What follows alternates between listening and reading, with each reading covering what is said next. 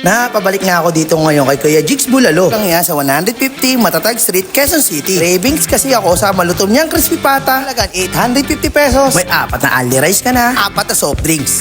Baka nila lang. Tikman na natin to. At na-miss ko nga yung crispy pata ni Kuya Jigs kasi may nabalitaan ako may bagong promo sila rito.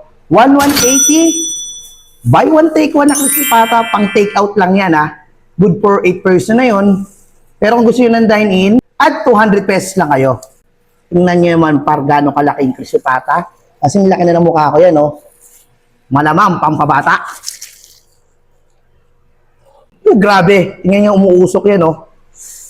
Siguradong malutong, juicy. I-serve sa inyo ang crispy pata. Kasi bagong luto. Tingnan nyo, napasok nga dila ko. Sausaw natin masarap na sauce yan. Kahit mainit yan.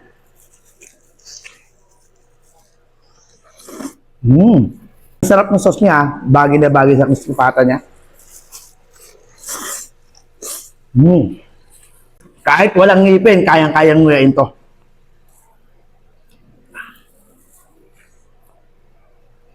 Tingnan niya yan hihiwala yan sa ganyang siya kalambot at kalutumpar.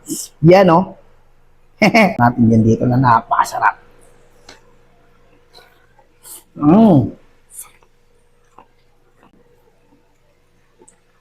Carbon load eh.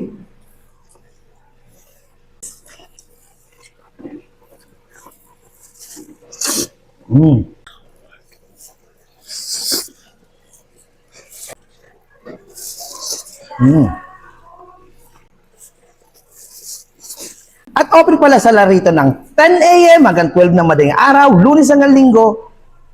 Kung gusto niyo magpa-deliver sa online, chat nyo lang po sa page nila, nandyan lang po sa baba. Kaya kayo dyan, another pampabata. Sabi, another one. Yan paro.